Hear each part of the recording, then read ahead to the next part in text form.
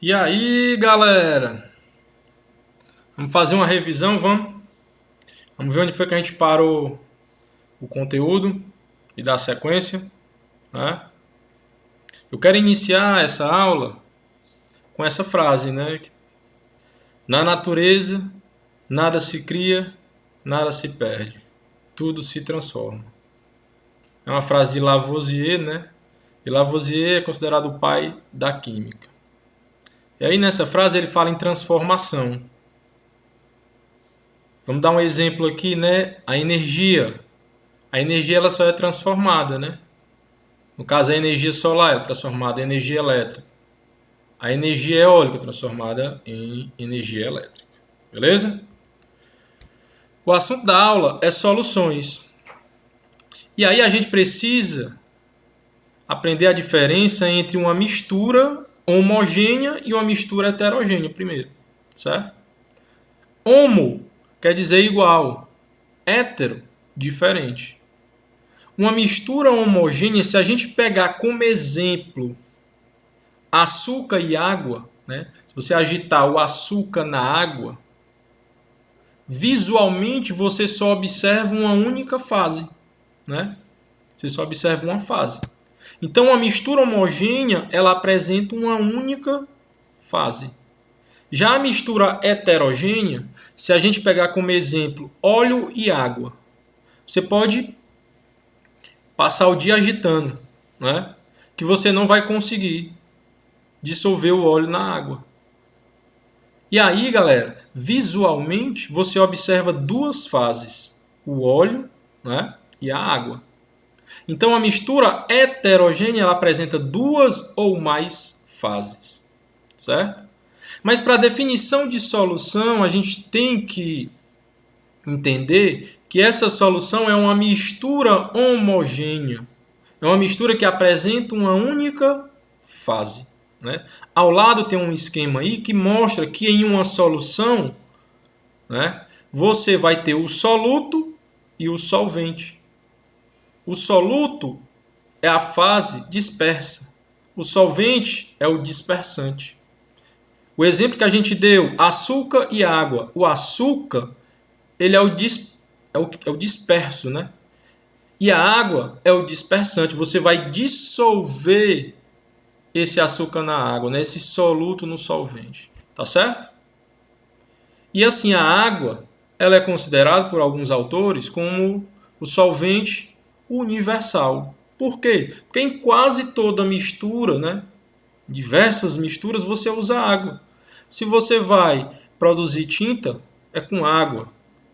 Se você vai cozinhar, é com água. Tá certo? Então a água, para alguns, ela é considerada o solvente universal. E aí, galera, essa solução ela pode ser classificada de acordo com o seu estado físico. Quais são os três estados físicos da matéria? Sólido, líquido e gasoso. Então eu posso ter uma solução sólida, líquida e gasosa. Vamos para os exemplos. O anel aí, o anel de ouro, né?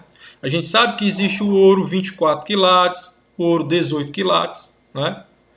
O ouro 24 é 100% ouro, você não vai ter uma mistura aí. Já no ouro 18, que é o mais comum, né? Que é o exemplo que a gente está dando aí, você tem uma mistura de ouro e cobre. Você olhar ao lado aí, você tem o símbolo do ouro, que é o AU, e tem o símbolo do cobre, que é o CU. Né? Essa mistura é numa proporção de 75% de ouro e 25% de cobre. Mas quando você olha para o ouro, você não consegue diferenciar quem é o ouro e quem é o cobre. Então essa mistura ela apresenta uma única fase. Então ela vai ser uma solução homogênea. Ou melhor, vai ser uma mistura homogênea. Vai ser uma solução sólida, que está no estado sólido. E aí quando você tem uma mistura água e álcool, né? Dois líquidos, você não consegue diferenciar quem é a água e quem é o álcool. E aí você tem uma solução líquida. O ar atmosférico é uma mistura de gases. Quais são os gases? O gás oxigênio, o gás nitrogênio, o gás carbônico. Né? Às vezes eu pergunto em sala, a galera só responde o gás oxigênio. Mas não, é uma mistura de gases. Tem como você diferenciar ali visualmente? Não, você não consegue distinguir. Então, o ar atmosférico é uma mistura homogênea, é uma solução gasosa. Beleza? Então, a solução ela pode ser sólida, líquida ou gasosa. E aí, ó, eu vejo que a atmosfera é uma mistura de gases onde a maior parte é nitrogênio, N2. 78% é nitrogênio. 21% é que é gás oxigênio. Se você somar 78 com 21, vai dar 99. Fica faltando só 1%, que são os demais gases. Inclusive, os gases poluentes. CO, CO2, CO, monóxido de carbono. CO2, dióxido de carbono. NO2, dióxido de nitrogênio. CH4, que é o gás metano. Certo? Já a água do mar é uma mistura de água e sais. A maior parte é água, 96%, 96,5%, né? 3,5% aí é sais, tá certo? Então também é um exemplo de solução. E aí, galera, vez ou outra você faz uma mistura e essa mistura ela pode ficar fraca, forte, como exemplo aqui um suco, né? Ou um café, dependendo da visita, você faz um café fraco, um café forte, né? Ei, na química a gente não fala fraco e forte, a gente fala essa solução ela é diluída ou essa solução ela é o quê? Concentrada. Quando é que a solução é diluída? Quando a quantidade de soluto foi menor do que o ideal. Quando é que ela é concentrada? Quando a quantidade de soluto que você adicionou na sua mistura foi além do ideal, tá certo? Beleza? Essa solução ela também pode ser classificada em insaturada, saturada e supersaturada. Vai depender do quê? Do coeficiente de solubilidade. Só que é uma definição muito complexa. E aí a gente vai para um exemplo. Sal e água. NaCl, né, que é o cloreto de sódio, famoso sal de cozinha, misturado à água. Aí eu pego 1 litro de água. Será que qualquer quantidade de sal eu vou conseguir dissolver? Não. Vai chegar uma hora que não dá mais para dissolver. Se você tem 1 litro de água, quando chegar em 357 gramas de sal, pronto, você chegou no limite. Se você colocar mais, você não vai conseguir dissolver. E aí, galera, você atingiu o ponto de saturação. Você foi até o limite. Como é que a gente classifica essa solução? Saturada, quando atinge o ponto de saturação, que é a da setinha vermelha.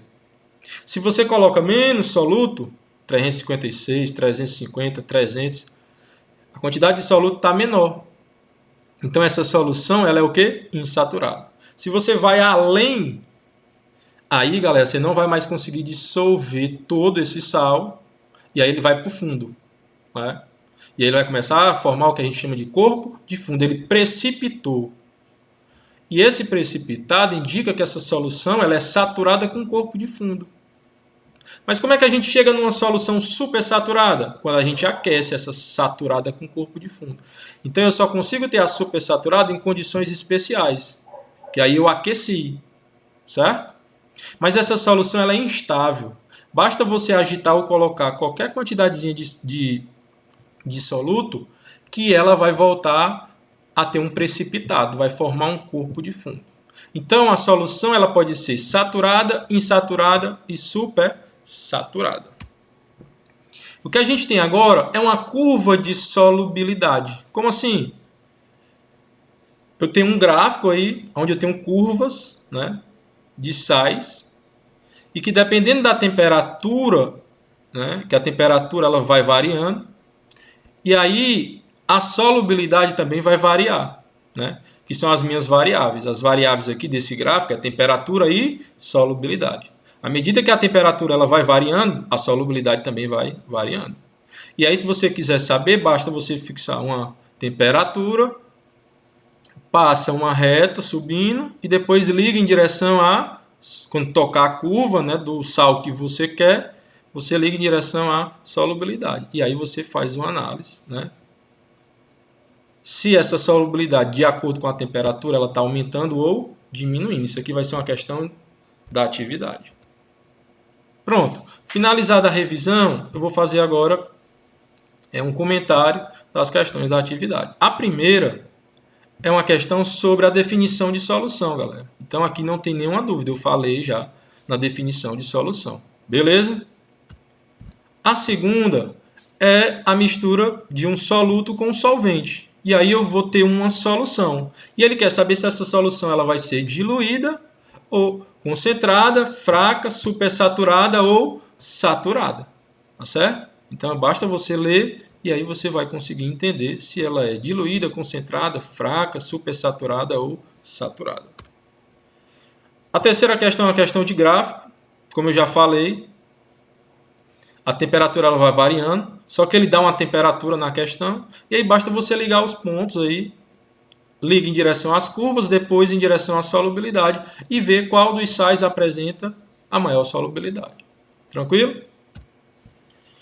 A última, ela vai cobrar um assunto conhecido como concentração.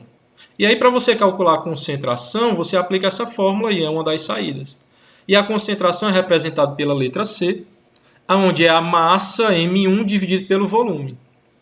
Quem é M1? Se você olhar ao lado, é a massa do soluto. Cuidado! M2 é a massa do solvente e M é a massa da solução. Só que ele quer a massa do soluto. Embaixo é o V. Se fosse V1, era o volume do soluto. Se fosse V2, o volume do solvente. Mas é o V, que é o volume da solução. E galera, toda grandeza tem a sua unidade. Massa, a gente aqui vai trabalhar em grama. Volume, a gente vai trabalhar em litro. Daí a concentração ser gramas por litro. Vamos para a questão para a gente entender? A questão, ela fala numa mistura de sal e água. E aí ele dá as quantidades. Dá a massa do sal e dá o volume da água. Basta você aplicar a fórmula. Agora você tem que observar se as unidades estão corretas, né? Quem é que é o soluto e quem é que é o solvente. Tranquilo? Aplicou a fórmula, você vai achar na unidade gramas por litro. Tá certo? E aí, galera, aí eu queria dar uma dica agora. Fique em casa, tá certo? Fique em casa. E aí, quando for nos próximos vídeos, eu vou dar continuidade ao conteúdo. Beleza? Espero que tenham gostado. Até a próxima.